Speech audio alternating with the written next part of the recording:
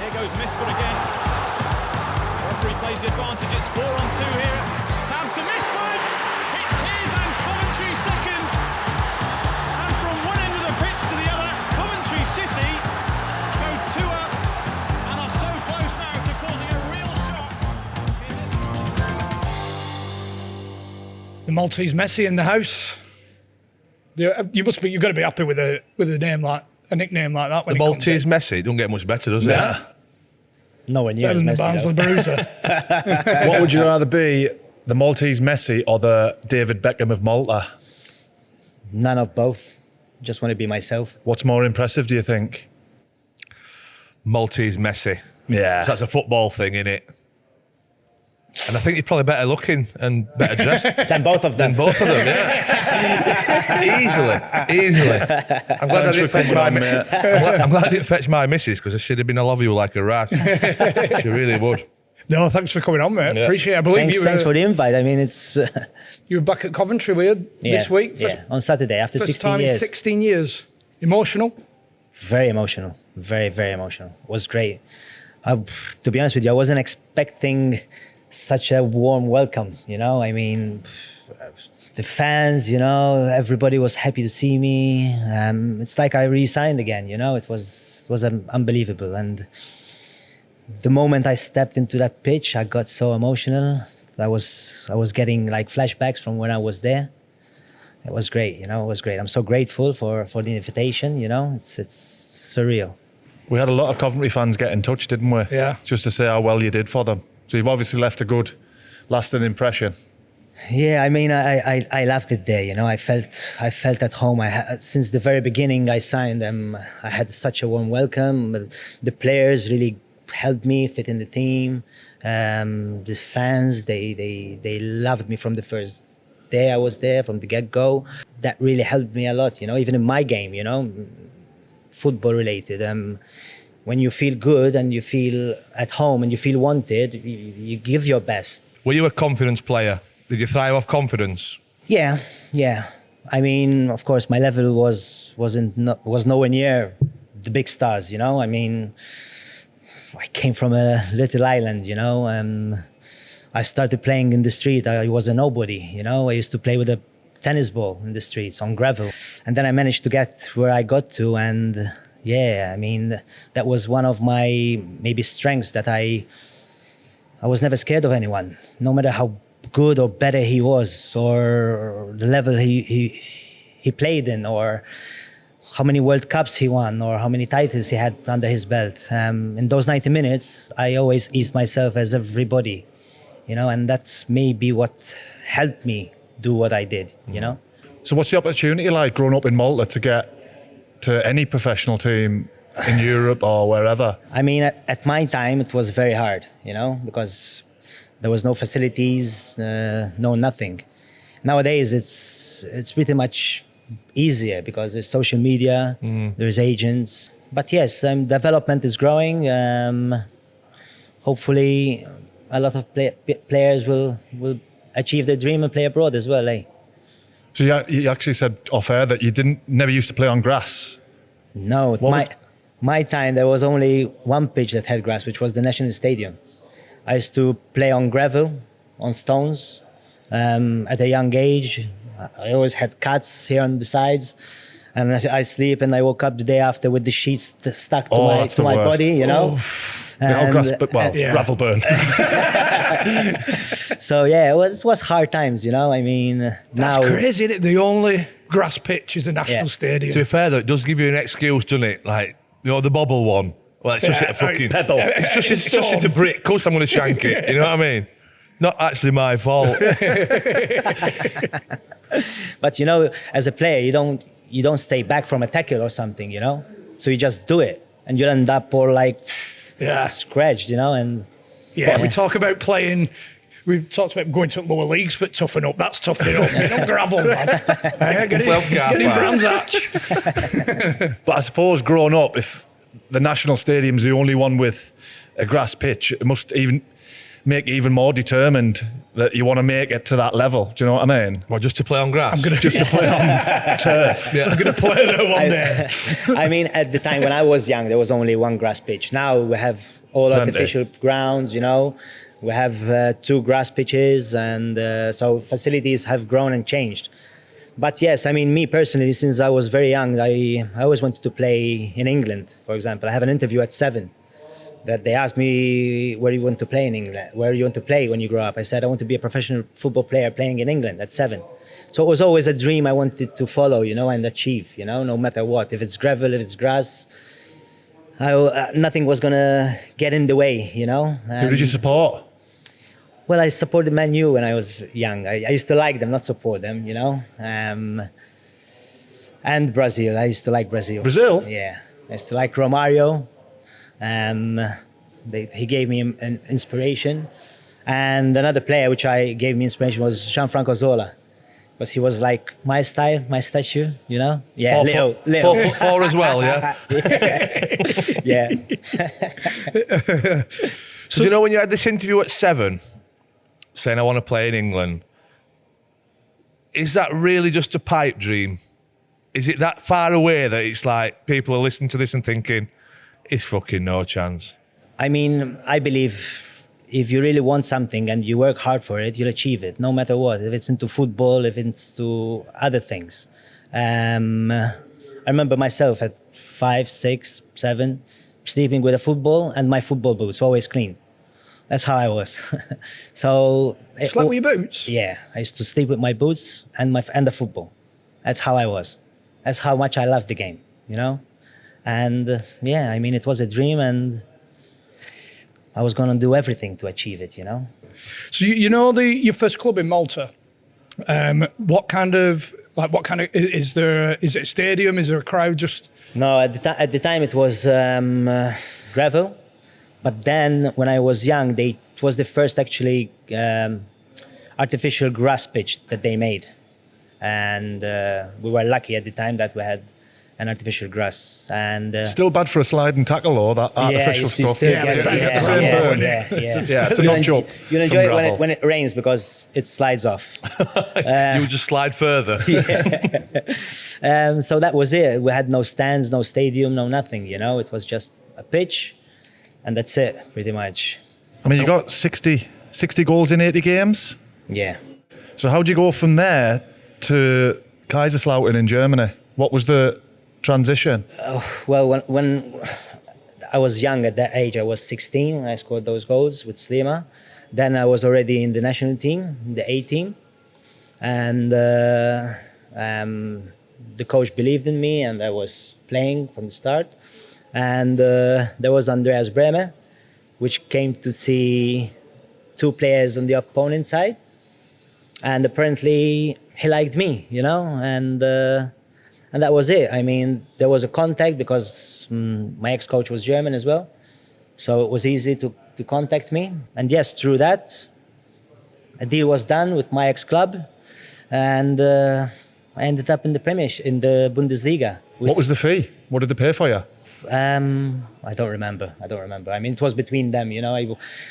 At the time, that didn't matter money for me, you know. I was the opportunity. I was living my dream, you know. Yeah. Playing in the Bundesliga. Are you getting paid at this Silema Wanderers? Are you getting paid? At the time, no. At the time, I signed a contract when I was 16 for 5 years till I was 21. That was the rule at the time. 5-year contract, but you're not getting paid? That was the rule, yeah, because it was protecting the club in a way, you know. So you signed a contract for 5 years at 16 for 0 pence? It was a rule that you had to sign 5 years. Yeah. So what did you live on? Well, a lot of players, they work and play. Right. At the time, you know, so I had a job as well, and I was playing football, yeah. What's your job? I used to be a breakfast chef. Did you? Yeah. Just for a bit though, yeah. A couple of months, yeah. That's outrageous. You signed that contract 5 years, but you're not getting paid a penny. Yeah. And you haven't got to say in the matter. And you can't and you can't move, yeah. When was obviously grew up liking Man United, did you go on trial there? When I was young, yeah, when I was 15, a bit younger. We were 3 of us that went there.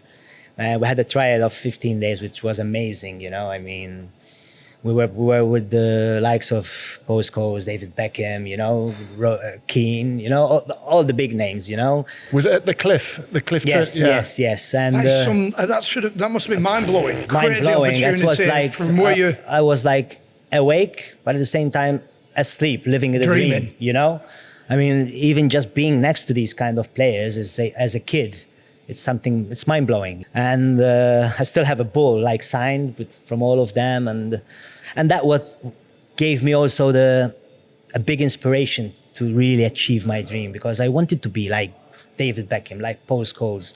I wanted to be professional, you know. I wanted to train on grass every day. I wanted to play in front of 70,000 people, scoring goals, cheering my name. Yeah. So that little thing, those 2 weeks for me, they meant a lot, you know. They changed my way of thinking from being a kid to being a man and move on, you know, and work hard, you know. Did you nick anybody's boots? Did you steal anybody's boot? No, I never stole anything. No, nothing. Come on, Michael. I'm walking around Malta I was in just, Man Utd listen, tracksuit. if they told me do this, I've done it. You know, do that, I've done it. Go there, go around the pitch. I used to do that. You know, I mean, it's a I'm dream. taking at least one pair of boots. 100%. These are Beckham's. You can't go for breakfast without nicking a salt shaker. So you're definitely taking a pair of boots. Salt shaker. Do you know when you went? Obviously, you grew up in Malta on these so-called football pitches. Where did you think you stood in terms of ability compared to the other lads at that age?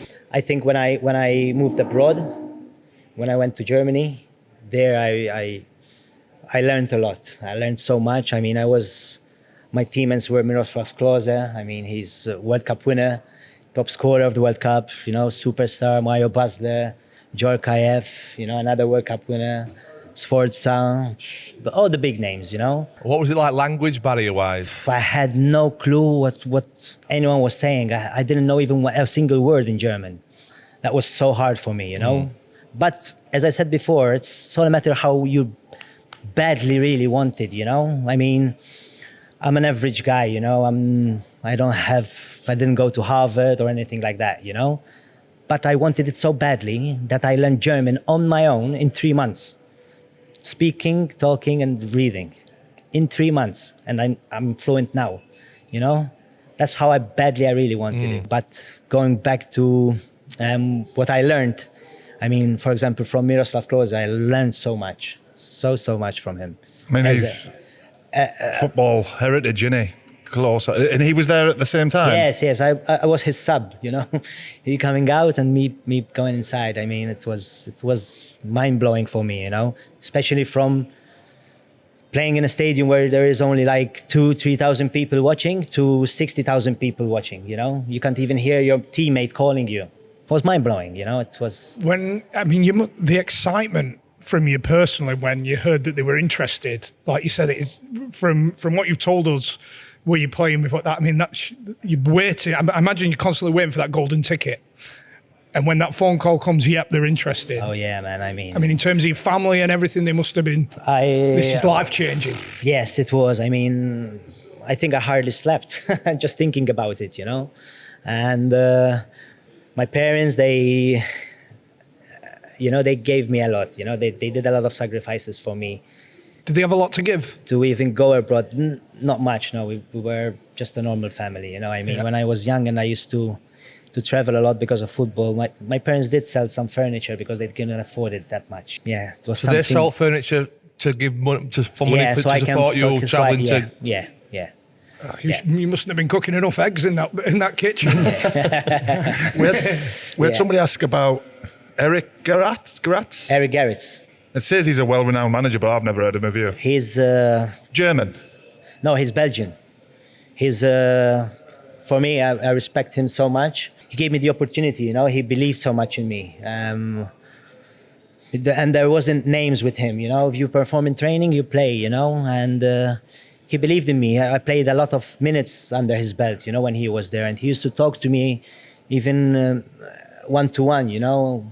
Do this, do that. You're doing great. Try and work on this. Try and work on that. Yeah. Thanks to him, I improved my game a lot, and I played a lot of minutes in the Bundesliga. You know. Was there any doubt from you? You know, when you arrived, and then I imagine you've got this fire in your belly to achieve from coming from Malta. But you know, when you're around like your Djorkaeffs, your Kloses, was there a point when you were like, it kind of overwhelming in a way? Yeah, I was overwhelming, of course. I was meeting people. They were so big into this game, you know. And as I said, I was so hungry to learn and achieve, you know, that I was always, for example, after every training session, I used to spend half an hour, just me, Djorkaeff and Pedersen, just practicing shooting, you know. It's not bad to train. And I was not bad for you to train with, is it, Djorkaeff? I mean, Djorkaeff, he was a star, you know. He always. This is funny. One day, my spot in the dressing room was next to Miroslav Klose, yeah. And one morning, I went in the dressing room, and you know, you have your locker, your badge, Michael Mifsud, number 17 or whatever. And I went there. I didn't see my name. I said, "What's going on here?" Someone took and I opened my locker. And I saw nothing. I had my toiletries in there, you know, some boots, some stuff. And then I went to ask the kitman. I said, "Where's my stuff, man?" He told me, because the boss for Djorkaeff, he wants you next to him. I said, "Yeah?" I said, "Why that?" He said, "Because you're the only one here that talks Italian and he wants you next to him." So I shifted next to him. Oh, so you ended up being Djorkaeff's translator? Yeah, I mean, I was his partner there, you know, because he didn't know anything of German, you know, and he didn't want to learn, you know. I mean, of course, he's a superstar, sort of. He can do what he wants, you know. But yeah, so I was there. You were his pal? I was his pal, yeah, literally his pal, you know. And after training, we used to train, and he was also teaching me the way to hit the ball and things like that, you know, because, I mean, you remember him, his free kicks were amazing, you know. His right foot was superstar, you know. And yeah, I always wanted to learn, and I tried to absorb all the good of everybody, you know. And so I did, and I improved my game, you know, so much from playing in Malta to playing in the Bundesliga, you know. And did you feel comfortable in them training sessions? Because I'm imagining we're talking about a massive jump in standard from what you're used to. Well, yeah, in the beginning, I didn't know even where I am, you know. I mean, the tempo in training, it was like not even a game in Malta, but a game times 100. Just the tempo in training, you know. And there was no respect, sort of. If someone has to tackle you and smashes you against the board, he does it, you know, because of course there's competition. And until I got used to that, it was hard for me, you know. Because back home it's like training, yeah, we're training, yeah. You top dog as well, aren't you? We're, you know. Yeah. I imagine you're your best player in team as well, aren't you? In Malta. Me. Yeah, so you're getting the respect. Yeah, of course. But now you've got Djorkaeff. But going there, it's like. What were the wrong? So for me, in the beginning, it was hard, but then I got used to it. And when you talk to others, you know, and they share their experience, you know, then I understood. And day after day, training session after training session, then I got used to it. And if I had to leave something on my friend, so I did. Oh, so you got a bit of a nasty streak. Well, in training, isn't it? You don't get the name. You don't get the name the mosquito without a nasty sting in you, do you? Have a little bite in you. Yeah. So you're there 3 years? Yeah. And then you end up going back to Malta. Is that the last thing you wanted to do at this time? Well, you know, of course, you know, I wanted to stay there, but competition was massive. Bigger players were coming in. The club had some issues as well. So yes, I came back to Malta just for a couple of months. Did you know that it would be for a couple of months, or did you think that your dream was over? I was in two minds, like, you know, I said, I have to go back, but I need to get off the island again. You know, I can't stay there. After all this, after I got there, I need to go somewhere, you know. You better taste to it. I have to go abroad. Had your contract finished in Kaiserslautern? Yeah. So I mean, I go left, back. Yes, I left back. You didn't sign another 5-year deal, did you, No. when you got back to Malta? I went back to Malta. I went back to Malta, I won the league with my ex-club. And then this agent out of the blues called me. He said, "Yeah, hello, Michael." I said, "Who's this?" He told me I'm an agent representing Lillestrøm back in Norway. The club is very interested in you. I need to talk to you. I said, not at the moment, man, I'm on holiday. So he told me, where Come are on, you? Big, and I'm He told me, where are you? I told him, I'm in Sardinia at the moment. He told me, how is it? You know, he was getting information off me. And I told him where I was. He told me, okay, I'll see you tomorrow morning. I said, what? And there he was, man. The day after, he was there. And I met him, and he told me, before I leave, I have to agree terms with you. The club is waiting. They want you so badly. And that's what happens, you know. We agreed terms there and then. So I was like on a holiday, and I was buzzing like crazy. You know, I'm going again overseas. I'm gonna extend my career. You know, I'm gonna grow. And I started my journey in Norway. You know. When you went back to Malta, I'm assuming you're getting paid now. Yes, I got paid. I had a contract till the summer. Yeah. But you're a free agent to move on. Yeah. After that, yeah. And is that your best contract compared to Kaiserslautern at Norway? No, I mean,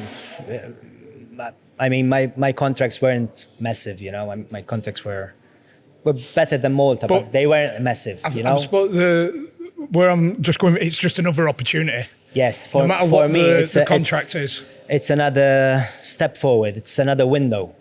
You know, you're what, sort of 22 a year? 22. 22, yeah. As you said, going back to Malta, for me wasn't right. You know, I wanted to play abroad.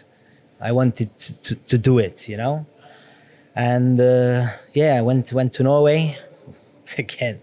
Shock. It was fucking cold in Norway. Different culture, different language. The weather was cold, but cold. How many months till you'd mastered Norwegian? Well, I didn't learn Norwegian. I only learned the bad words, you know, at first. But funny enough, I didn't have to, because the manager was German, and he used to speak English. Uwe Rosler, yeah. So for me, it was easy, like, you know. But again, to get used to the place, to move, to put your foot there and start again from scratch, it was hard. I mean, I remember my first ball I touched during the first game. I was on the line, and I controlled the ball, and this guy, 6'6", he's smashed me on the boards. And I was like, the heck, you know? And I said, welcome to Norway. Exactly. And I said, I have to put my game up here, you know. The league here is aggressive, you know, it's physical, you know. And I'm not the biggest players, you know, but I worked on that and I got used to it, you know. I always thought a step ahead of what my opponent would do. If he's gonna charge me off the ball, I was prepared for it.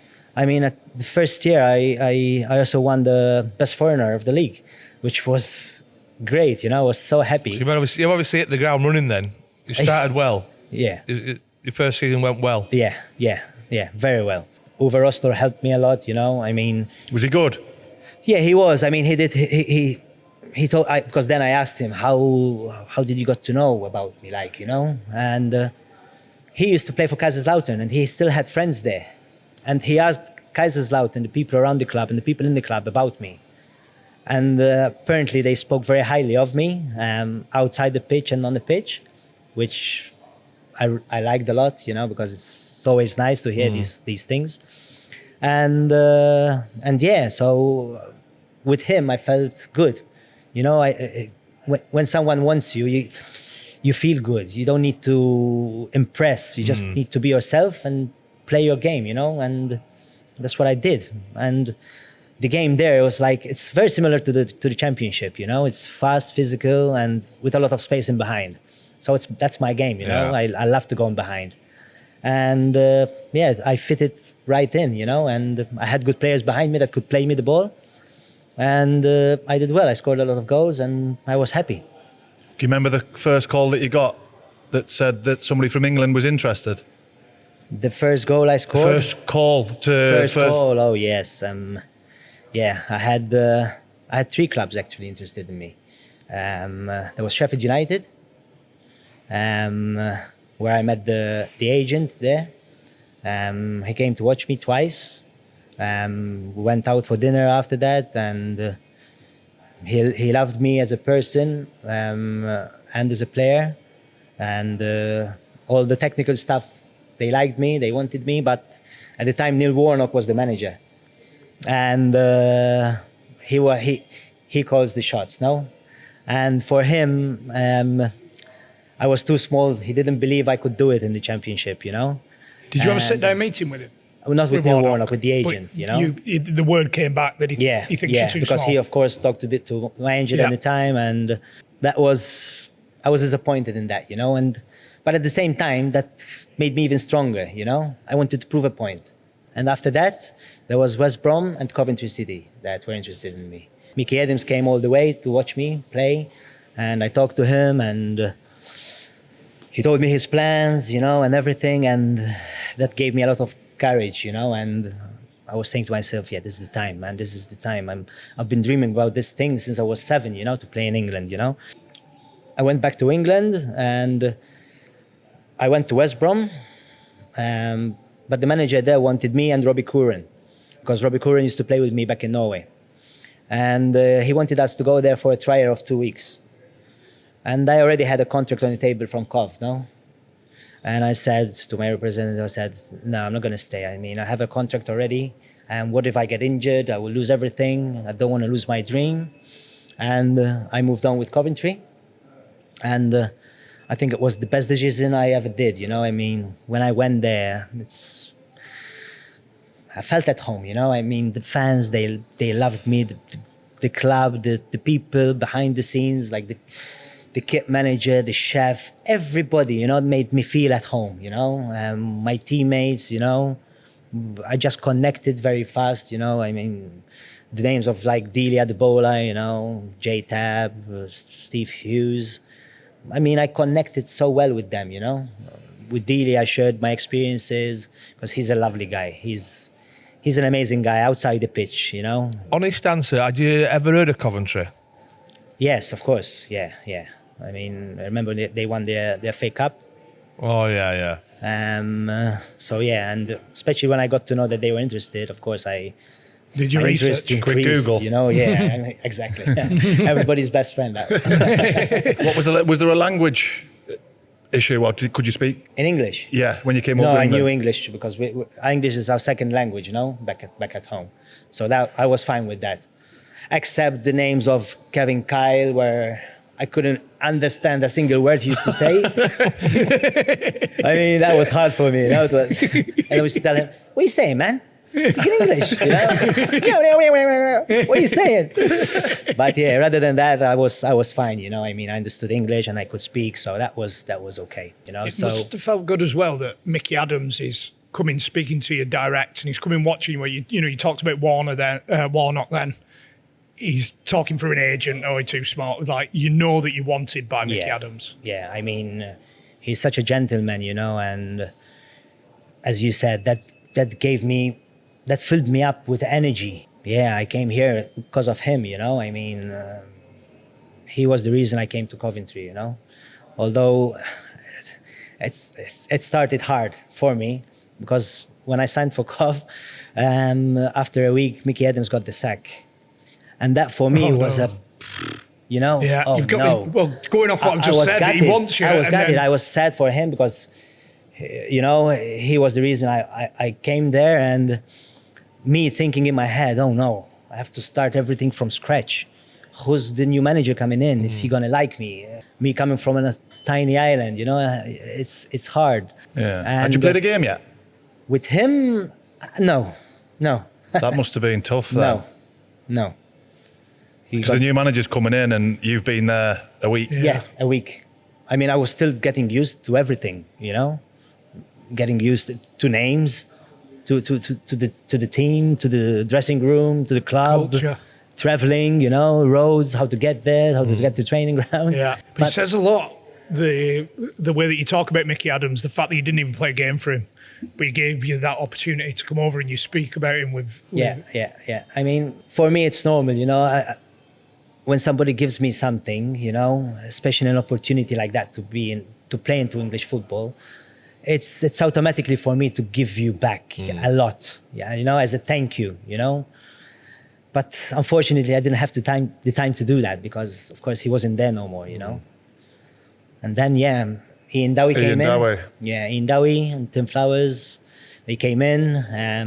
I mean, they're amazing people as well. If I remember back then, there was a lot of good strikers at Coventry. Yes, of course. Was Leon McKenzie? Was Leon he there? McKenzie, Dila Debola, Leon Best. Yeah, there were Simmons. There was a lot of strikers, you know, and established players, you know, already with a name under their belt, you know, with a lot of goals and already proven into English football. You know, I wasn't proven into English football. I mean, I'm what, 165. You know, no goals under my belt into English football, no minutes yet into English football, you know. I'm still new. I'm like a clean slate, you know, and I have to prove myself. So for me, that was also a challenge, you know, and for the manager, I mean, it's automatically to choose someone that You know. is proven already, you know. So I had to prove myself, and that's what I did. I mean, I used to wake up, go for training, eat, go home, rest. Still sleeping with your boots? No, not anymore. But I used to prepare myself mentally and physically every day. I used to go home, eat, sleep, wake up, eat and sleep again. So I'm always fresh, you know, because I used to give it all in training, you know, and in the game. When Dowie first took over, where were you in the pecking order? So I'm assuming that you didn't start straight away. No. You had to work your way Yes, on the bench, exactly. coming on as substitute. Exactly. I mean, as I said, I was a nobody, you know. I mean, I wasn't proven, and I started on the bench. You know, I mean, I used to play 10 minutes. I used to go in 10 minutes, gave it all. At times, I also scored, that puts pressure on him to start me. In training, I'm always there. Again, with Tim Flowers, I used to train extra after every training session, shooting me the ball, controlling it in the D and shooting, you know. Every day we used to do that. And yes, and I started a lot of games on the bench. But then, as I said, I come in, 20 minutes, I score. Come in again, another 15 minutes, I score. And then he had no other option just to start. To play, yeah. To play me, exactly. And I started from the start. And as I said, I was always preparing myself so well, you know, mentally and physically. And I won my place in the squad, you know. You were first choice striker by the second year. Yes, and you know what? I was not letting anything or anyone make me lose that place. So every game I was like, boom, giving it all, you know. And I was on fire at the time, you know. I was banging goals, like, you know. Was it still Dowie in charge the second season? Yes. And how are you finding like the English dressing room compared to the German dressing room, compared to the Norwegian dressing room? Well, you know, every dressing room, in every country, there is different banters, you know, picking on each other. And in England, of course, I mean, in England, since the very second morning, you start the banter, you know, in the dressing room. But I like that because that's what makes a team, you know. Yeah. Did you have to do an initiation song or anything like that? Oh, yeah. What did you go for? I don't remember, but I was so shy, man. I'm telling you. It's awful, isn't it? Were you dreading it? Did you get the tap on the glass? Ding, ding, ding. Yeah, and I had to stand on a chair. All the water. Did you get? Are you still going to stand up or what? I get every time. Yeah, but then, funnily enough, after that, you know, I was so comfortable, you know, that I used to enter the showers and I was just singing, you know. I remember the song. And the others used to sing it with me. Nel Blu, you know Nel Blu? Nel Blu, dipinto di blu. It's an Italian song. And they used to sing it with me, you know, in the showers, you know, like that's how tight we were, you know, which was fantastic, you know. And you know, it feels good on the pitch when, I mean, you know this, when you know you have your friends back, no matter what, you know. If you do a mistake, he's there for you. If he makes a mistake, I'm there for him, you know. Yeah. And that's a true feeling. Can you remember the worst bit of banter you've seen? You just thought, that's disgusting.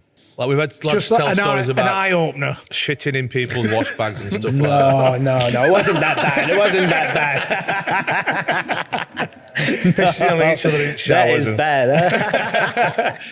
Can you remember watching the League Cup draw on the telly? This one, the last one. When you drew Man United in the Cup. Yeah, did you watch it live? And wow. And when it came up, I was like, wow, it's a dream come true for me, I'm going to be playing in Old Trafford. And I couldn't even believe it, And from there, I used to pray every day, and think about the game, I want this, Please, God, give us a good game, help me perform, and thinking about me playing there and taking my chances, I mean, I used to do that, to be honest with you, before every game. I used to imagine myself scoring goals. So you were thinking all week about the game on the Saturday then? Yeah, that was me. Like if I was playing Stoke, I used to imagine myself having a cross, headering it before the defender comes, or getting a through ball and having a first touch and shoot. I used to imagine myself doing stuff, That's how I used to prepare myself for the game. Celebrate as well. Celebrating. I did actually. Yeah. It's true. Is he living in a flat? Oh, It's he's fucking hell. He's just sliding around in the living room, man. just going away at Highbury. He's fucking doing a somersault. Nah, not that much. Was it big news back home? Was it big news back home in Malta? Oh yes. That game. Oh yes. When the draws came up, I mean, my phone melted with all the text messages and calls. But all Malta was behind me, I mean, and as I said before, half the island are Man United fans, but they were so happy for me and supporting me, not their team. Yeah. It was amazing, I mean, and that was also on me, my responsibility that I had to play for my family at first, myself, the club, and my country. I didn't want to let anybody down. Did you feel that national pride on your shoulders a little bit? Yes, of course. I mean, yes, of course. I was representing my country, Everything I do, I was all the time in Malta, newspaper. I was always in front page, Michael Mifsud, Man United. I was everywhere, man. You switch on the TV, I was there. You buy a newspaper, I was there, You switch on your laptop, I was there. So for me, I had a lot on, and I didn't want to let anybody down, And have you played international football for your country at this point? Yes, of course. Yeah, yes. so everybody knows who you are. Yes, of course. Yes. I mean, I started with the national team, I think I was 16, 17. Right, I debuted, so I had already a couple of caps and a couple of goals. But I can imagine the buzz that must have just been around. Because even Live on Sky, wasn't it, as well? Because even like Harry Kane at Bayern Munich, I never used to look at Bayern Munich scores, but every Sunday now I have a look at how many he got this week. Like, because he's an Englishman playing for Bayern Munich, but for such a small nation. Yeah. And you're playing in England, like you said, the biggest league over there. Yeah. And now you play Manchester United. I mean, it was surreal, and then the game, how it turned out, us winning and me scoring a brace and hitting the bar, and after that, first of all, Do you think you were just going to wake up again in your living room? I was living the dream, I wasn't even playing. I was like dreaming, and I remember during the game, just before my first goal, there was a cross on the ground, and I didn't reach for it, And I remember at that point, Klose telling me once, because once he scored a similar goal, and he told me, if you can't reach for it, just put your body into it. And it clicked with me there. And funny enough, a couple of actions after that, the cross came exactly the same, and that's what I did. I just dived to it and I scored. And so it's these little things, these experiences I had, the things I learned from others that made me achieve those moments, in the game. You're always taking those little. And little then the game turned out. They couldn't turn out better. We won. I scored a brace. Everybody was buzzing. My phone. I'm telling you. It melted before. I'm telling you, it's ringing. Text messages, ding, ding, ding, ding, ding, ding, ding, ding, ding, like this, huh? It still gets said now that the reason Piqué didn't make it at United is on the back of that game. Against It was the mosquito Yeah. bite. That's what happens, isn't it? I stink. Because I saw I don't know if it was it your second one when you. Yeah, the second one was before the goal. I mean, Andy Marshall did a great save. I mean, it was a header and he did a great save. The ball stayed in the pitch, and then I got a long ball. I was in our half. Piqué was like 5 meters ahead of me, and we both chased the ball. Of course, I beat him. I passed him, and I took him on, and I passed Djorkaeff. Djorkaeff did a great control, had a good touch to me. Wasn't for him, and I scored. I remember that goal. I hit the net and I scored the second goal, and everybody was happy. But I scored in this side where all 11 or 12, I think, 13,000 Coventry fans were.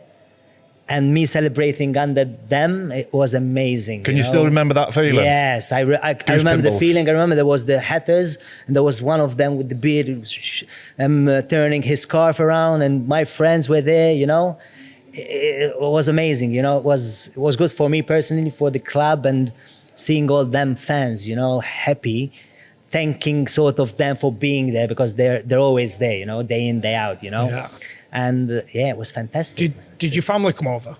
Were the family at the game? Yes. I had my father over, and but my mum wasn't here because my mum used to worry a lot. If she sees me on the ground, what's happening? She's hurt, So I used to tell her, Mum, no offense, but don't come watch me, because sometimes, us, we dive, for nothing, That's the truth, isn't it? Them foreign players. It's the truth, So I didn't want her to be there because I couldn't do these things, Yeah. So, it's the truth. Is your mum here today? Yeah, she's here. Oh, well, he's not going to win as a penalty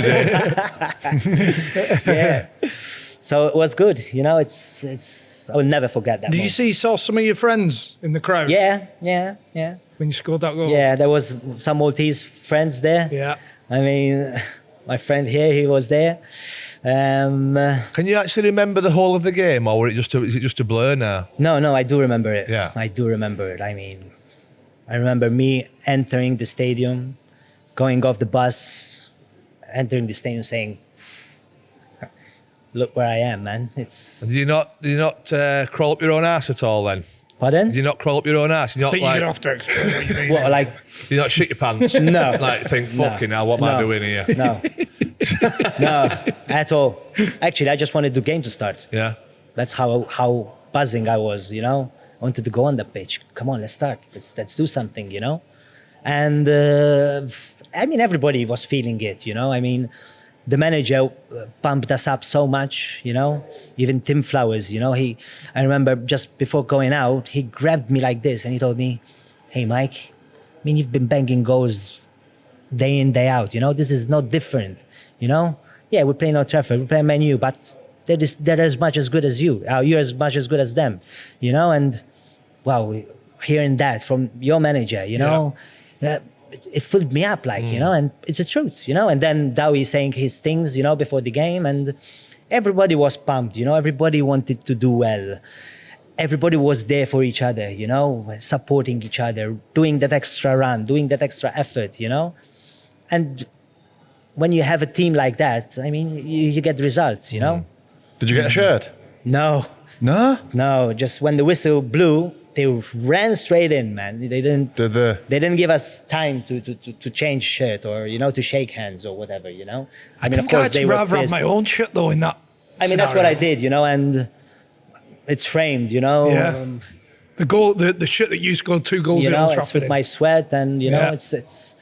I'll pass it on to my son, eventually. So Did you sign it for yourself?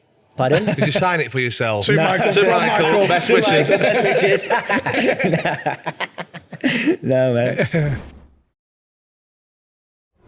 After the Man United game, all the buzz and everything, all the buzz at home, and was there any interest from other clubs like in England? Yes, I remember there was Portsmouth interested that they made a bid for me. The Premier League at the Yes. But Coventry didn't agree terms because Portsmouth, I remember, they wanted to pay in installments, so they didn't agree terms. time. You raging? Yeah, of course I was raging. Who was manager? Was that Still Redknapp? Still, yeah.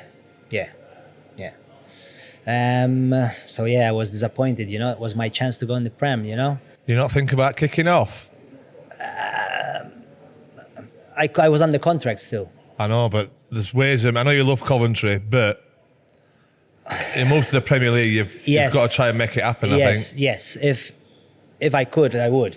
If they agreed terms, of course, I would have left. I mean, who doesn't want to play in the Premiership? It's this big stage. It's where everybody wants to be.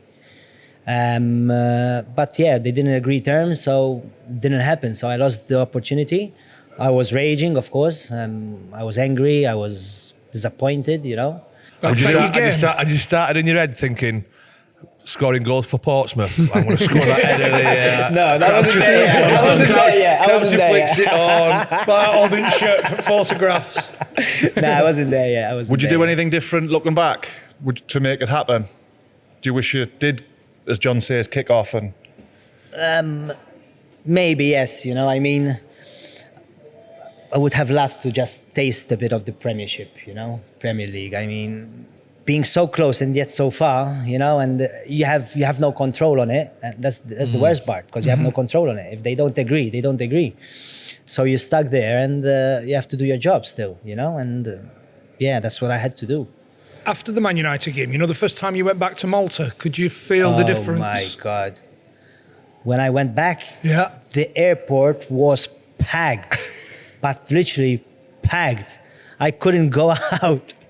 And I remember I had taxis there, I had security guards to take me places, but it was packed. I mean, people were so happy for me, and I was shocked. I got emotionally, actually, when I got there and saw all those people.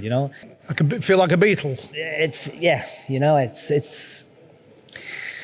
I mean, at the end of the day, I was doing my job. I was doing something I loved doing. And being a player, you don't realize how a fan sees you as a player, how a fan follows you, how they want good things to happen to you, And at that moment, I realized, I said, wow, this really meant, for me, it meant enormously, and for my family.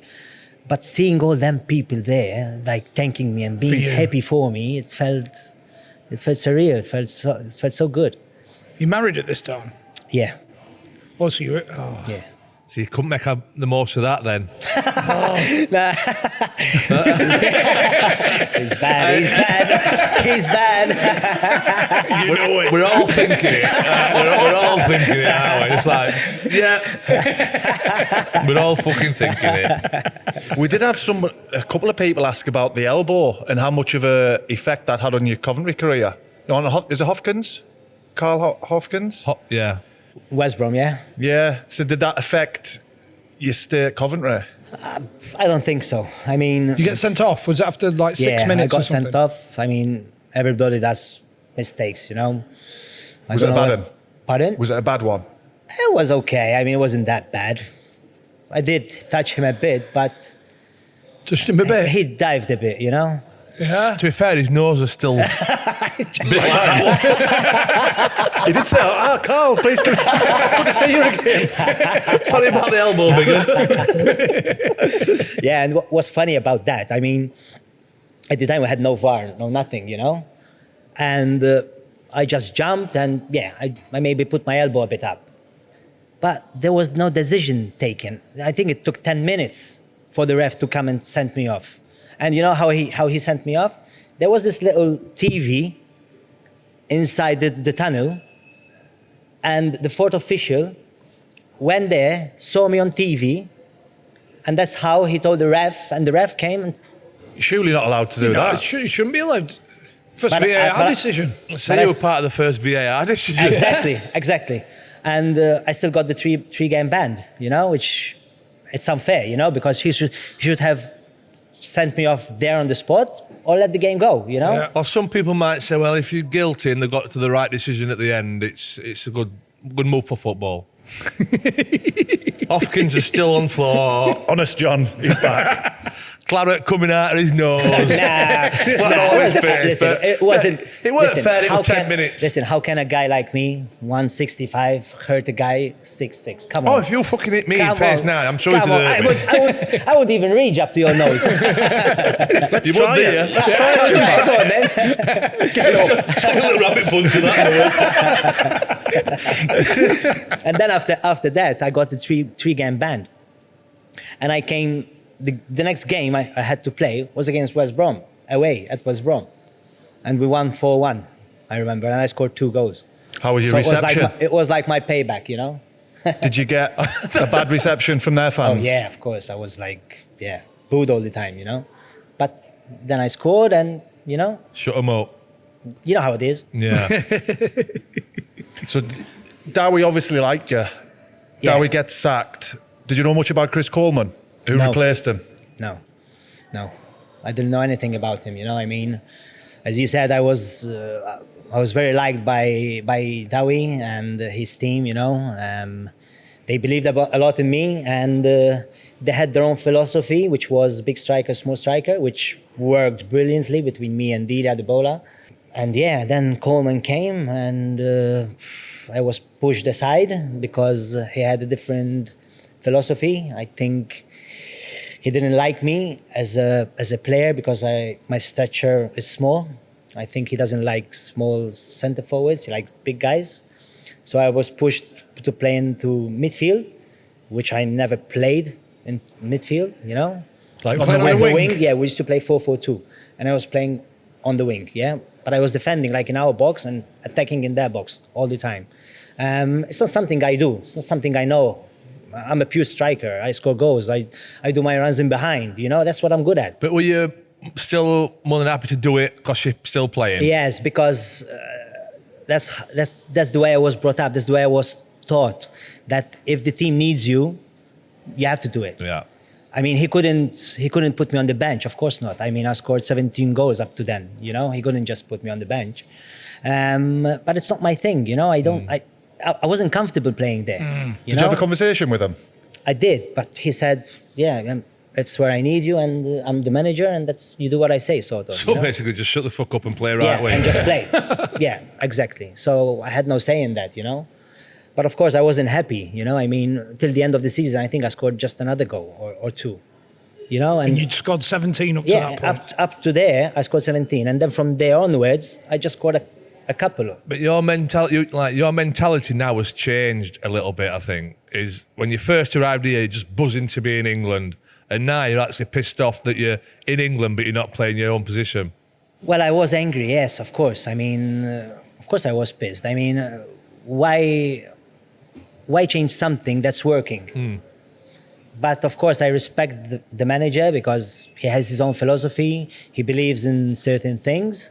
And I wasn't part of that, you know? And I felt bad, you know? I wanted to score more goals, man. I think if I played up front, I would have scored, another 10 maybe?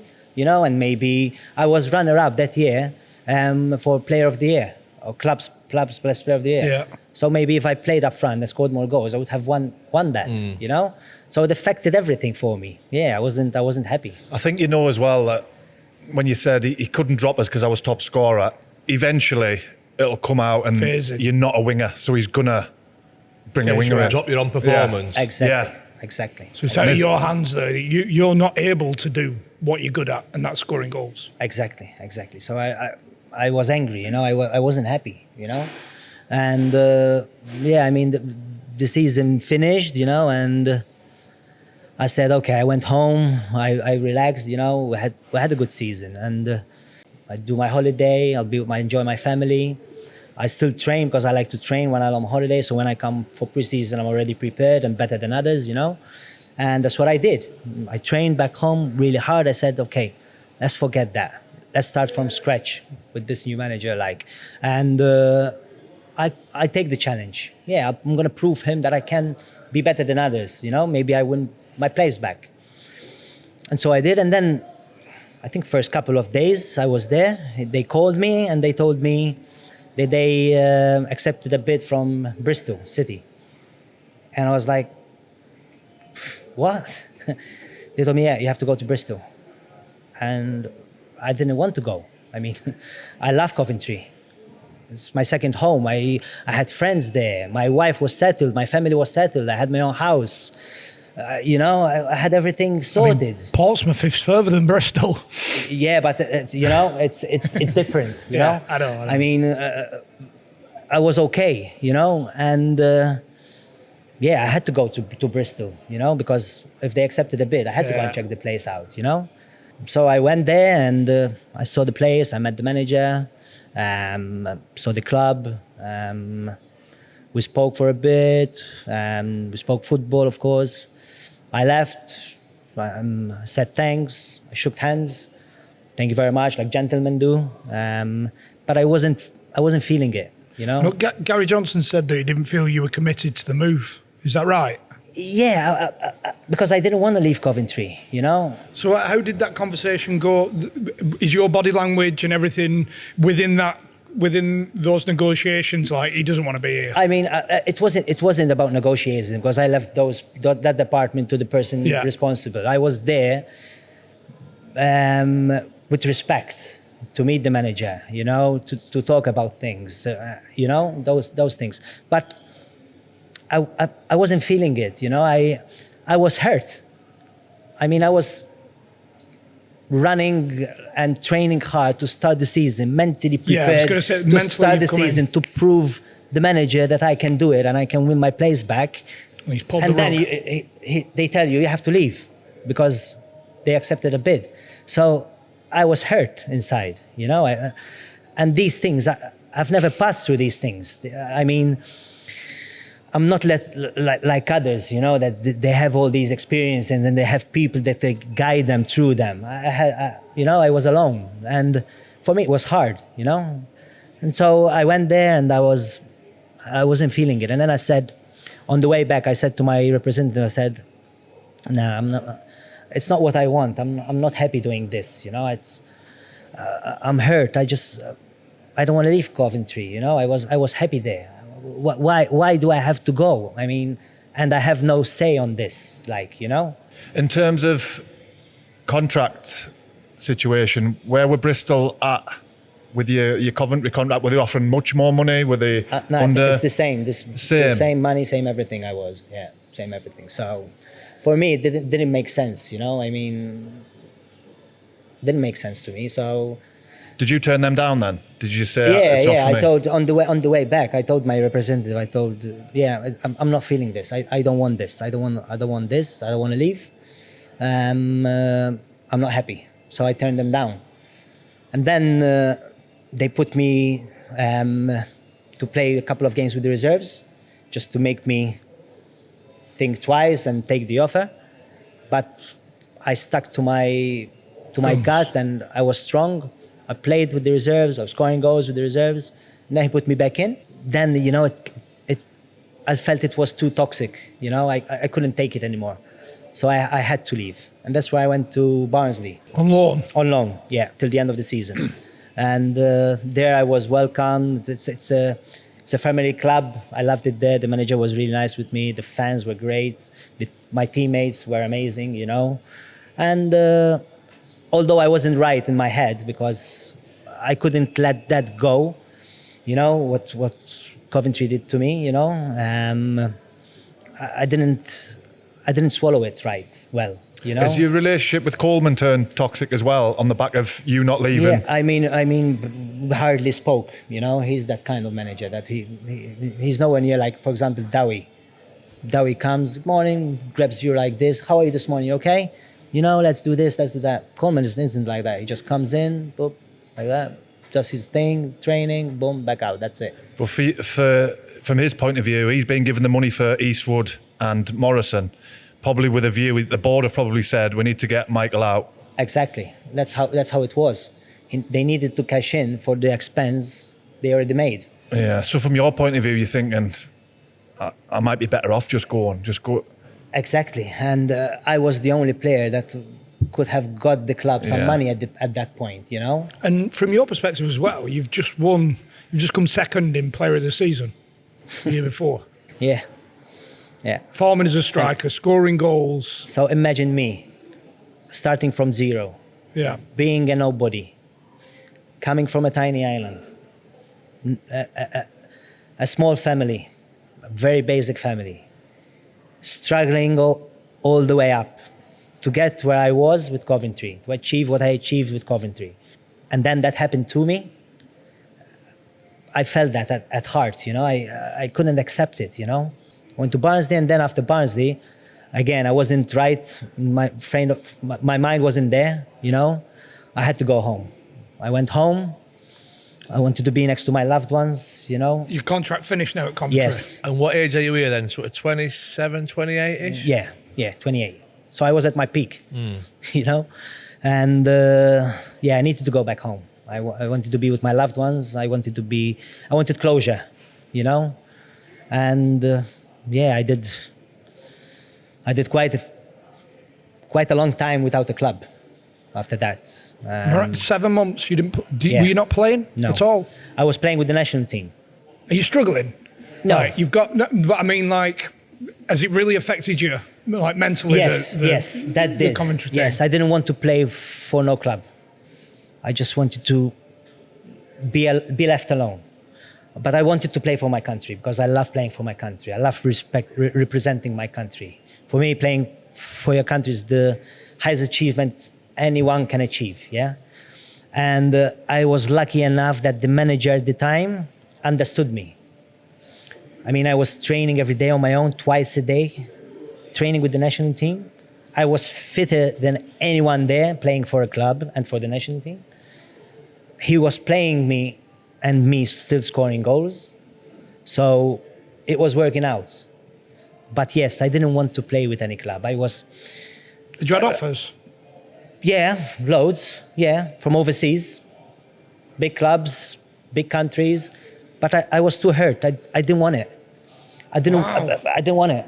Mentally, I wasn't right. And then, after 7 months, I got this call out of the blues.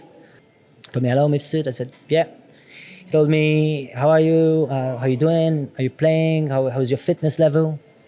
I said, I'm okay. I said, I think I'm fit, super fit. I think I never was this fit because I've been training so hard, He told me, okay. He told me, how about if we go on a trial?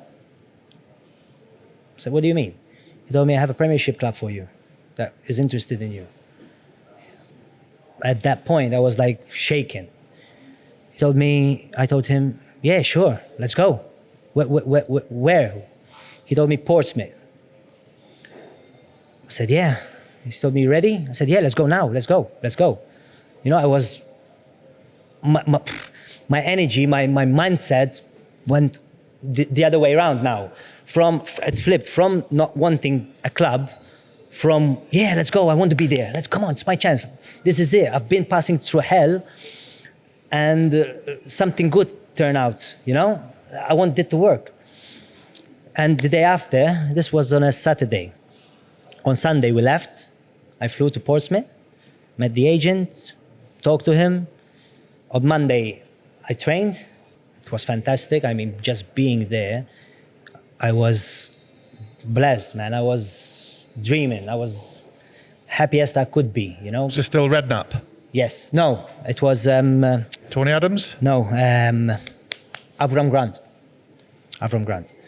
And I trained there.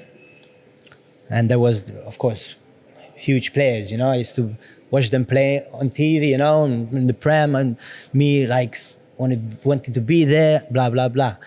I trained on Monday, had a good session. Tuesday, had a great session again. The agent told me, oh, you're doing well, man, you're doing well. They really like you. He spoke to the coaches there. He told me, yeah, the feedback was really good. They have no one as quick as you. They don't have a nippy striker like you. They really want you. But they told me they couldn't take a decision because Avram Grant has to take a decision.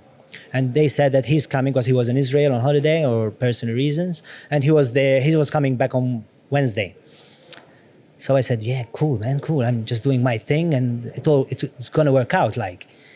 So Wednesday came, we trained, I met Avram Grant, he's a very nice guy. And yeah, he liked me. I was there, man. I was going to be in the Premiership. My dream is gonna happen, you know. And we were celebrating, sort of, you know, in a little way between us. And yeah, man, come on, let's wait. And they told my agent to wait till Thursday to sign the contract, to work out things. Thursday came. They told us, no, we have to wait till Friday now because he needs to train another session and because of some other things.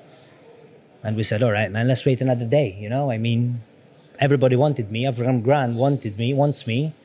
So we're in. Let's wait a bit more. And I'm in. At this time, I was already thinking of myself. You scored a goal for Portsmouth now, didn't you? Playing, exactly, man. Scored a couple of goals for Portsmouth. Playing in the Premiership, man. Scoring in the Premier League, you know? And, you know, I was thinking, I was imagining myself. I was buzzing. Friday came. We went down for breakfast. And I saw my agent like sad, disappointed. I said, "What's wrong, man? We're supposed to be buzzing." He said, "No, we're not, man. We're not gonna be buzzing." I said, "Why? What's wrong?" He told me because the Portsmouth came into bankruptcy. Oh. I said, "What?" He told me, "Yeah, they can't sign any players, not even a free agent." And They had the embargo. I was in bits, man. I was devastated. I was. A day before I was buzzing, I was the happiest man on Compared earth. to them, though. And then I was like, boom, it's like I fell out of a skyscraper, you know, and fell. I was so sad, man. I was so disappointed, you know, and then I was saying to myself, this can't be right. This can't be right, you know. I came so close again, and it's not happening, you know. I was devastated. And then, yeah, I mean, we had to pay for our tickets back, you know. And that was like, you know, it was hard, you know. I couldn't take it, you know. I mean, Were you you finished said with it- football at this point then? After this, were you just thinking, yeah, I said to myself, yeah, again, I was disappointed, and I was so close and yet so far. And I said, nah, I don't want to. I want to go home. I went home, signed for Valletta, I signed a 5-year deal. For free? Yeah, for free. The year after that, I won the league, and I won a lot of titles. I adopted my son in the meantime, which was the happiest moment of my life. So I focused my time to that. So yeah, and then is that something you always wanted to do? Adopt? yeah. Because he's Cambodia, from Cambodia. He's from Cambodia. Yeah. And he's 12 now, He's yeah. 12 now. Yeah. See, it's a strange game though, football, isn't it? It's took you from being the most important thing in your life, all you ever think about, and at 27, 28, you're at the point now where you're like, fuck it, I'm done with it.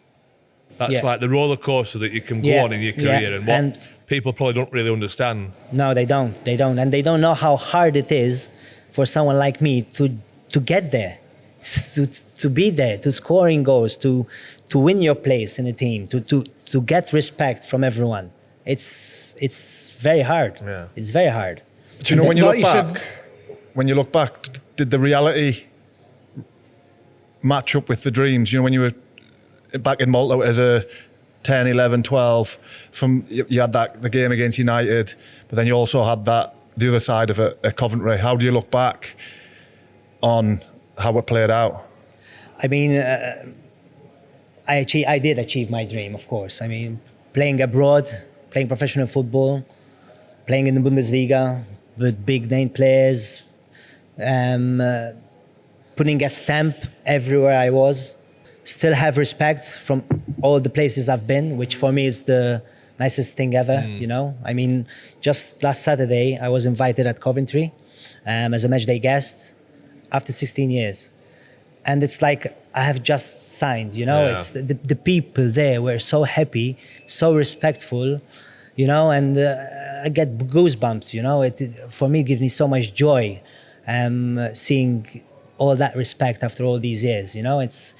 I think it's better than winning a trophy, because we're humans at the end of the day, and for me, respect, it's a huge thing, and I love that, I suppose it's like you said that you've had that dream to get to the Premier League, and at that point, I can't imagine the turnaround that you've had to go through. Like, you could smell it, couldn't you? You were touching it. I was there, man. Tomorrow it's signed. I was there because Avram Grant said, yes, I want him. I have nothing like him. So I was there.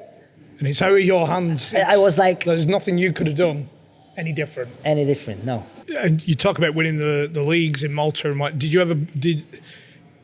you play with the same love that you were playing in England? Did it feel the same?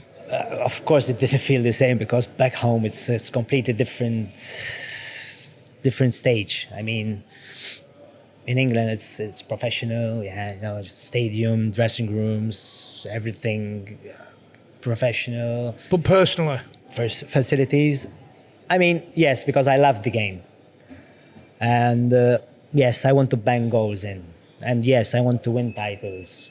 But it's a completely different feel. I mean, back home, you bang goals, you win leagues, you win titles, but you stay there, as a player. If you do the same here, you grow as a player, big clubs come for you, you go into Champions League qualifiers, you do that. And back home, it's small, so you can't grow as much. Mm-hmm. But yeah, my passion for it was still the same. I was still enjoying it, of course. 143 caps. What was your favourite game for Malta? I have a lot of nice memories with the national team, but I think there's two games. I think there's Armenia away when we won. I think first qualifying game we won after I don't know how many years, and I scored the winner. And then there was another game where I scored 5 goals against Liechtenstein, which that was also, I think not too many players scored 5 goals at an international game. And so for me that was something big, someone like me coming from Malta, tiny island, doing that, it's an achievement. I'm happy with that. How many,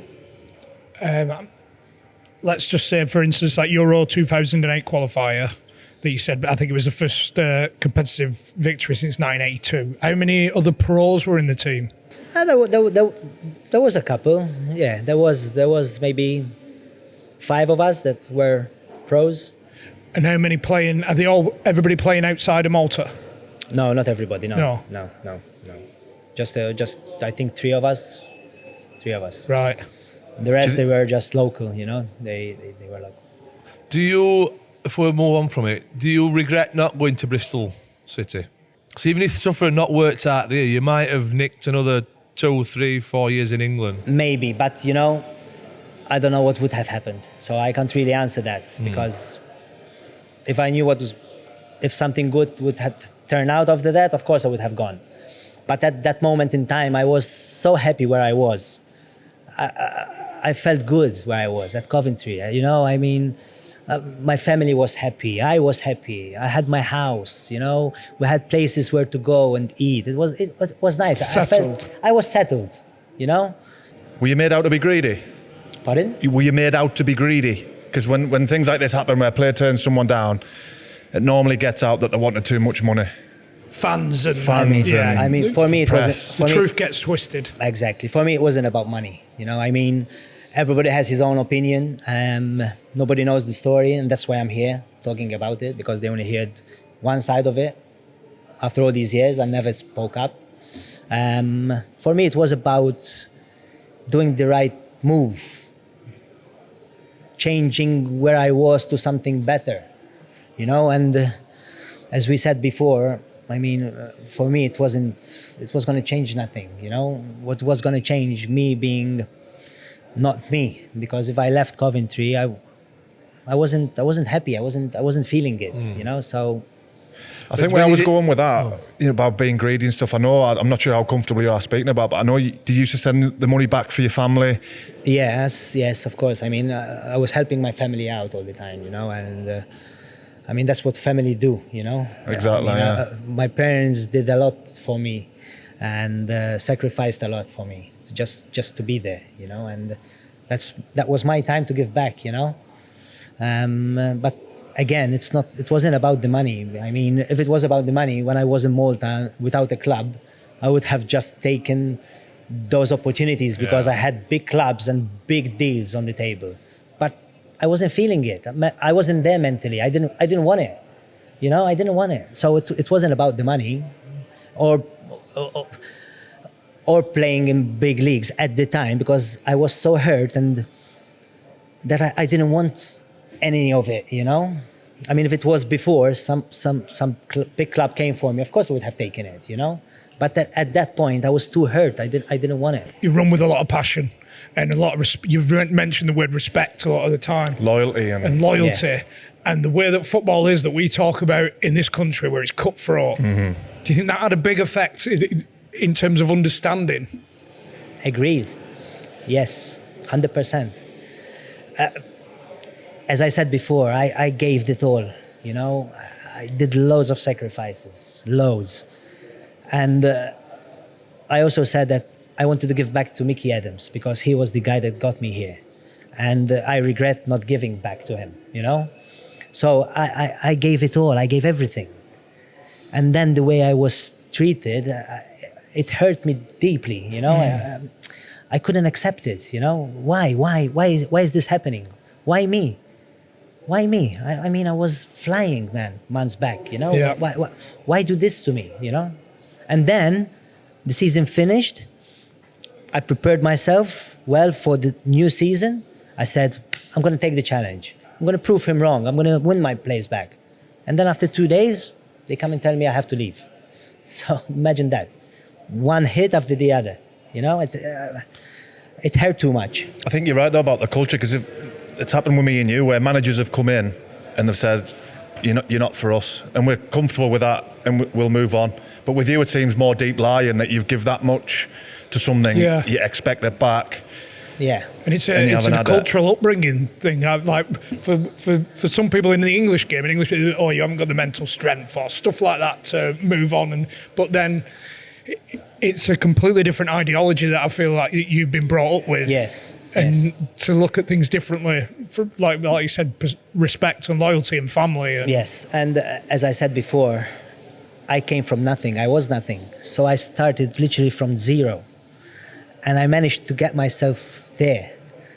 So that journey was tough, man. Yeah. Was super tough, especially going in another country at 17. I don't know the language. I have to find a place, fill it up with furniture, make new friends, learn the language.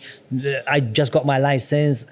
That in Germany, they drive on the other side. Imagine all these little things. But people don't imagine these things. They think a football player is just, he plays, goes for training, earns his money. It's an easy life. But it ain't. It ain't. If you've got a 17-year-old kid, imagine them moving to another country and going, boom, sort your shit out, sort your life out. It's hard, man. It's hard. So I got there, and it's hard. I felt it. You went to Australia for a while. Did you not enjoy it? Again, I went to Australia for a year. It was nice there. I mean, Australia is really nice. People are very nice, very friendly. But again, I wasn't right. It wasn't the right moment for me to go there. Especially, I was still playing for the national team. I used to come down to Malta every 6 weeks. That's 30 hours. Yeah. And then we used to play in another country, so I catch two other flights. I play the game, 2 flights back, and 30 hours back up. And that's every 6 weeks. Yeah, I used to spend 3 weeks with the jet lag, so at 11 o'clock in the morning, I'm training, and at the same time, I'm sleeping. So it was bad timing for me. Mm-hmm. So I couldn't do it no more. So I did that year, and then I came back home. How do you look at the Maltese setup now, and for a 16-year-old Michael now? Do you think he's got better opportunities? Oh yes, today than when you were coming through? Yes. First of all, at the time when I was young, Malta wasn't even in the EU, so nobody could go and sign abroad. So that was already a struggle. But yes, nowadays there are a lot of facilities, a lot of pitches. A lot of foreign that come into Malta, coaching and different philosophies. So yes, it improved humongously from my time, and There's still not many Maltese players though over here, is there? I think of is it Jones? Jones, yeah, Notts just County? Jones, yes. That he used to play for Coventry as well, and now he's playing for the national team. Do you think the standard over there is good enough for the lads to come over? Is there anything that can be improved to get more of a pathway? Again, it's all a matter how bad you want it, And as a player, everybody's been a player. You learn, and you achieve. When you learn, you achieve. I knew maybe the basics of football when I was really young, but then when I went to Germany, I've learned so much. I changed my game from this to this, and what I did, anyone can do, So it's all a matter how really, really deep you want it, And I have this feeling that players back home, that they have a comfortable life, It's comfortable, You get a good pay. It's always sunny, and you're playing football, so. Do they really want to be sent to Coventry? Pardon? Do they really want to be sent to Coventry? Oh, Barnsley.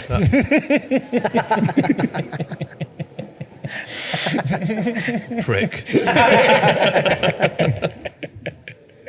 So you're done with football, or do you want to get back coaching, managing or anything?